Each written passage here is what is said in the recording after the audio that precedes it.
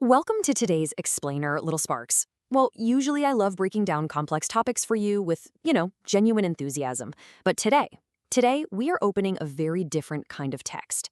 I will be your guide, your uncanny jester, as we dive headfirst into a dark, graphic novel fable about the inevitable harvest of shadows. This isn't just some spooky bedtime story. It's a meticulously detailed anatomy of an apocalypse. So gather around the screen, dim the lights, and let's step right into the encroaching dark. Take a look at this scene. A heavy, ink-black fog rolling across the stage, right? And here I am, illuminated by just a single flickering candle. But take a closer look. Notice what's missing here? I don't cast a shadow. My shadow is already gone. It's been sent ahead into the freezing mountain pass to, well, prepare the canvas. Because today we are analyzing the arrival of the architect of the Great Silence. And believe me, he requires an absolutely pristine stage. And here is the absolute core truth of our dark little tale. When the stars begin to rot and the sovereign of the void begins his measurements, there is no corner of the earth where the fever can hide. Hear that mocking theatricality? That is a promise. You fools actually believe your quiet lives and locked oak gates are some kind of shield. But seriously, how do you barricade your doors against a cosmic entity that is charting the very decay of the stars above you? Spoiler alert, you can't. Now, you really have to consider the physics of our obsidian doctor here. Or actually, scratch that. Consider the horrifying lack of them. He exists as impossible geometry. He isn't some mortal physician made of flesh and bone. No, he is a personage of the spirit, a sovereign of the void. He has literally already won the war against time. So when he steps into our world, he doesn't adhere to human biology. His very arrival makes the wind moan in absolute submission. Just look at the sovereign's vestments. They're literally a funeral shroud for the earth. We're talking obsidian blue silk robes, so impossibly dark they actually swallow the moonlight right out of the sky. As he moves, they hiss like a nest of disturbed vipers, and it's accompanied by this constant, low drone. It sounds like the vibration of 1,000 fly wings. And then, there is the mask. Midnight leather, a polished curved beak, and glass lenses that burn with a predatory amber fire. He doesn't carry healing herbs in those robes, little sparks. No way. Only ancient, absolutely terrifying knowledge. So the mechanics of his arrival are absolute. Up in the freezing mountain pass, my apprentice, that faceless silhouette, my missing shadow, glides ahead of the doctor. It literally peels the shadows away from sleeping mountain goats, just harvests their reflections right off the ground, leaving the beasts shivering in an unblockable, terrifying light. Which brings us to a huge, fundamental misunderstanding mortals have. You've been taught that a shadow is merely an absence of light, right? Just a flickering doubt? But no. In my theater, shadows are the primary ink of reality. Shadows are heavy soil. They hold the weight of a life's worth of forgotten memories. And the doctor needs this soil for his silent sowing. This cosmic harvest is unbelievably meticulous. First, my shadow peels the silhouette right from the sleeping victim. Second, it folds the shadow delicately, kind of like heavy silk. And third, it tucks that stolen darkness directly into the doctor's vestments. We steal your shadows to use as ink, the primary ink required to strike your names from the ledger of 1,000 cities. You know, people cling to their mortal delusions, but the doctor's design is absolute.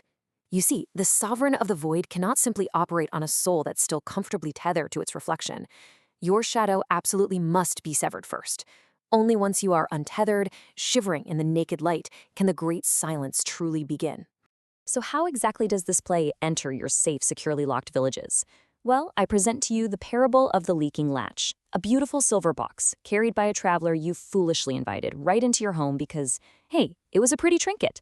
You feasted, you slept, and your vanity, but the latch was worn thin by the miles. And as you slept, it wept tiny, invisible seeds into your communal wells and your storehouse grain. A silent sowing that required zero permission from the proud.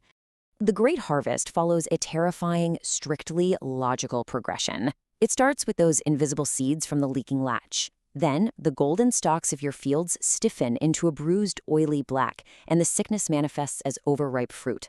Finally, it culminates at the measured grave. It is a lethal purge exhaled by the very earth itself, completely eager to rid the air of the living. And man, the physical transformation is just incredibly gruesome. The text says, those swellings upon the neck are not mere symptoms. They are overripe fruit, heavy with the secrets of the grave and ready to burst.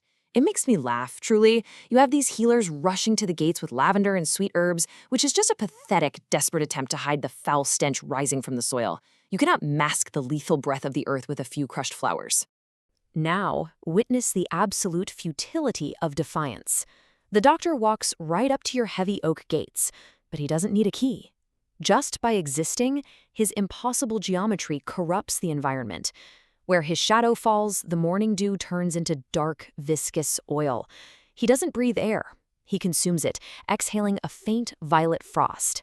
He is a walking zone of decay. When the staggering arrogance of some village scholar demands to know why the doctor brings no healing herbs, the doctor simply raises his staff of blackened bone. It is definitely not a walking stick for the weary. It is a surveyor's tool. He uses it to measure the depth of the graves that have already been preordained and struck through in his ledger. Look into those predatory amber eyes. As the scholar waits for an answer, the playful mocking of the jester kind of fades away. The air curdles with the scent of wet iron. And the doctor speaks. His voice, not a single tone, but a cold, ancient chorus of 1,000 parched throats. I am the sovereign of the void. You ask for herbs to soothe a fever of the flesh, but you are completely blind to the true disease. Your hubris, your sprawling cities, your desperate clinging to a rotting timeline. I have not come to heal a sickness of the blood, but to perform a final surgery on the soul. The fever of your old world must break. Do not mistake my harvest for mere cruelty. It is the ultimate architectural act. The old world is a feverish sickness, a rotting canvas overgrown with dead weeds that requires the shears of death. I am the shadow priest clearing this decay. My dark masterpiece is a pruned garden, the heavy soil in which a world entirely new can finally be planted. And we're back. Did you feel that chill? Let's step out of the void for a second and trace the undeniable steps of this entire cosmic cycle. It begins with the rotting constellations. That's the celestial alignment demanding a purge. Then comes the silent sowing of the seeds. Next is the violent, absolutely unavoidable final surgery, which brings us, fascinatingly enough, to the aftermath, the golden labor. Which brings us to our final parable. When the violet frost finally clears, the village is just a hollow shell. But among the ruins, a strange new growth appears. The survivors look at their hands and realize something profound. In a world drastically thinned by the doctor, their labor has suddenly become as precious as gold. The rigid walls of the old kingdoms and weary lords simply crumble under the sheer weight of the doctor's robes.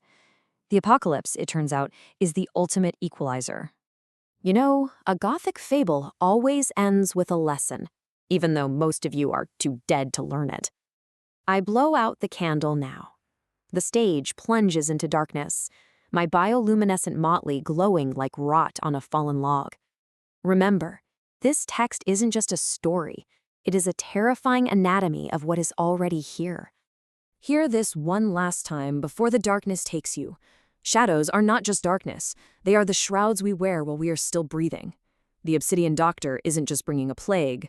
He is simply reclaiming the darkness you've spent a lifetime trying to outrun. You are already wearing your death shrouds, little sparks. So, as that violet frost settles right outside your window, and you realize my stolen shadow has already found your door, I leave you with one final, unavoidable question. When the sovereign of the void begins his measurements, where will your fever hide? Sleep well.